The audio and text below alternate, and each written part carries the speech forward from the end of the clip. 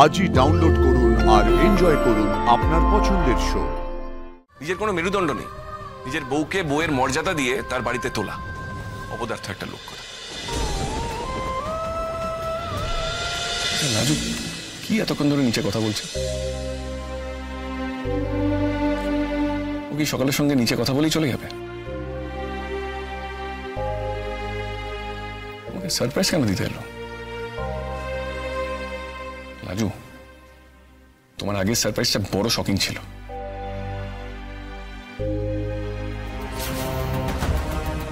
লাজু কি বনলতার কথাটা সকলকে বলতে চলে এসছে?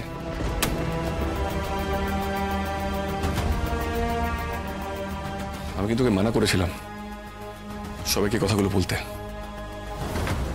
ওর এত সাহস হবে? তারপর তো আমি তোমাদের ছেলেকে আমার বাড়িতে কায়দা করে ডেকেছিলাম গেল হপ্তায়। আর ওদিকে আমার বরটাকে আর ময়ূর দিদিকে ডেকেছি। ময়ূর আবার কি? দেখেছিস লাজু, তুই বেশি কথা বলতে গিয়ে আসল কথাটাই বললি না। ওগো, টিচার দিদি তো আমাদের কাছে ওর ওই নামটাই বলেছিল, ময়ূরাক্ষী নাকি তার নাম। আমরা তো আর ওর আসল নাম মানে বনলতা বলে জানতুম নে, ময়ূরী বলেই জানতুম। বনলতা নিজের নাম পাল্টে ওদের বাড়িতে ছিল, তার মানে ও লুকিয়েছিল কেন? আহা, সেসব না হয় পরে শোনা যাবে।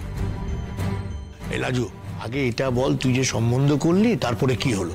তারপর আর কি হবে? তোমাদের ছেলে আর সেই বনলতা মুখোমুখি হয়ে গেল। ওরা দুজনে হাঁ আর আমি তো আরো বড় হাঁ। এই বলে লতা, ও বলে অনুভব।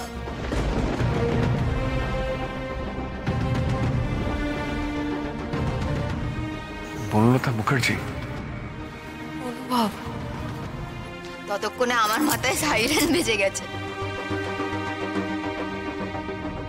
আমি তো তোমাদের এখানে থাকতে শুনেইছিলাম তোমাদের ছেলের বউয়ের নাম বনলতা। অমনি আমি কপ করে ধরেছি দুজনকে। কিটকেলকে জিজ্ঞেস করেছি, কিটকেল এই কি তোমার বউ? আর তারপর যাই কোথায়, দুজনে প্রথমে খুব ট্যান্ডাই ম্যান্ডাই করলো। তারপর তোমাদের ছেলে বলে ওর সঙ্গে আমার গোপন কথা আছে, আলাদা করে। আমি তারপর দুজনকে একটা ঘরে ঢুকিয়ে দিলুম, বললুম বলো বাবা তোমাদের গোপন কথা, আমার এসব শুনে কাজ নেই। দুজনে যে দুজনকে খুঁজে পেয়েছে, আর তোমাদের ময়ূর দিদি মানে বনলতা সে এখনো বেঁচে আছে, সে জেনেই আমি তো আহ্লাদে আটকানা। লাজু,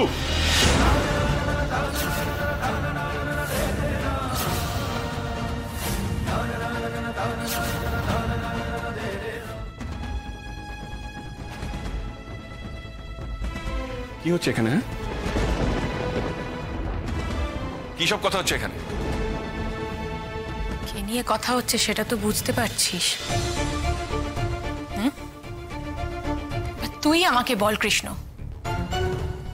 রাজু যে কথাগুলো বলছে সেগুলো কি সত্যি?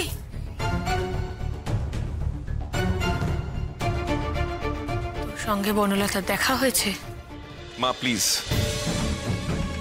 আমি এই বিষয়ে কোনো কথা বলতে চাই না, জাস্ট কোনো কথা বলতে চাই না।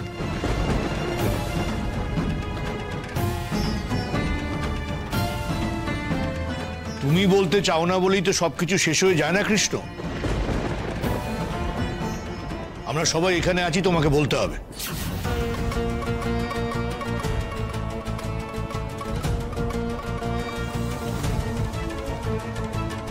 গত সপ্তাহে তোমার সঙ্গে বনলতার দেখা হয়েছে, তারপরেও তুমি চুপ করে আছো, আমাদের জানাবার প্রয়োজন বোধ করোনি?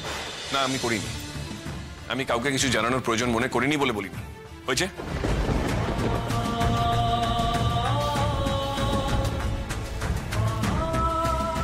কেন কেন বলিসনি তুই? এইরকম একটা খবর তুই জেনে চুপ করে বসে রইলি? তাহলে আমি কি করতাম? দু হাত তুলে আনন্দ করতাম? লাজু, তুমি এখানে কেন এসছো এইসব কথা বলতে? হ্যাঁ দাদা, ও তো এই জন্যেই এখানে এসেছিল। আমি ওকে বারণ করেছিলাম এসব না করতে। আপনি রেগে যাবেন এইসব জানলে। এই শাট আপ! একটাও কথা বলবে না তুমি। আমি লাজুর কাছে জানতে চাইছি। দাদু ভাই, মাথাটা ঠান্ডা কর। কি করে মাথা ঠান্ডা করবো আমি ঠাম্মি? একটা বাইরের মেয়ে এসে তোমাদেরকে এইসব কথা বলছে, আর তোমরা সেই কথাগুলো শুনে আমাকে চার্জ করছো।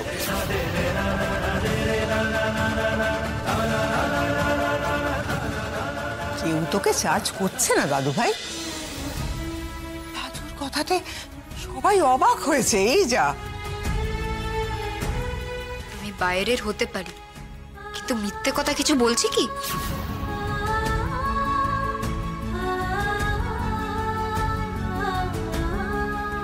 আমার বরের মাথায় হাত রেখে বাড়ির গুরুজনদের সামনে আমি মিথ্যে কথা বলবো? চুপ, একদম চুপ। অনেক প্রশ্রয় পেয়েছো তুমি।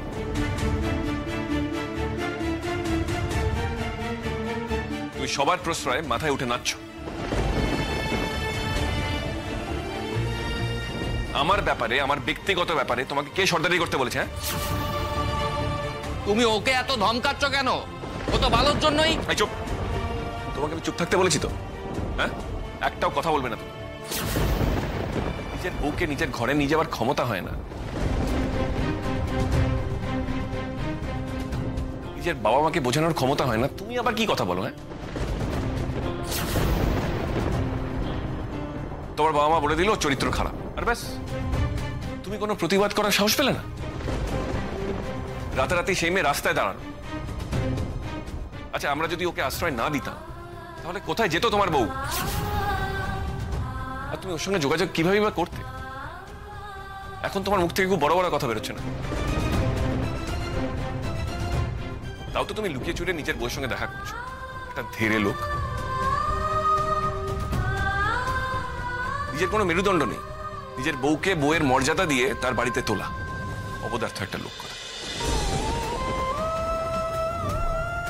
ছোট ভাই প্লিজ চুপ কর। কি বলছিস নাকি তুই? এভাবে প্লিজ কথা বলিস না। তুমি যদি ওকে এমনি করে বলো। আমি তোমাকেও একটা কথা জিজ্ঞেস করছি, তোমার আর ওর মধ্যে ফারাকটা কি? তুমিও তোমার বউ বেঁচে আছে শুনেও তাকে গড়ে তোলো।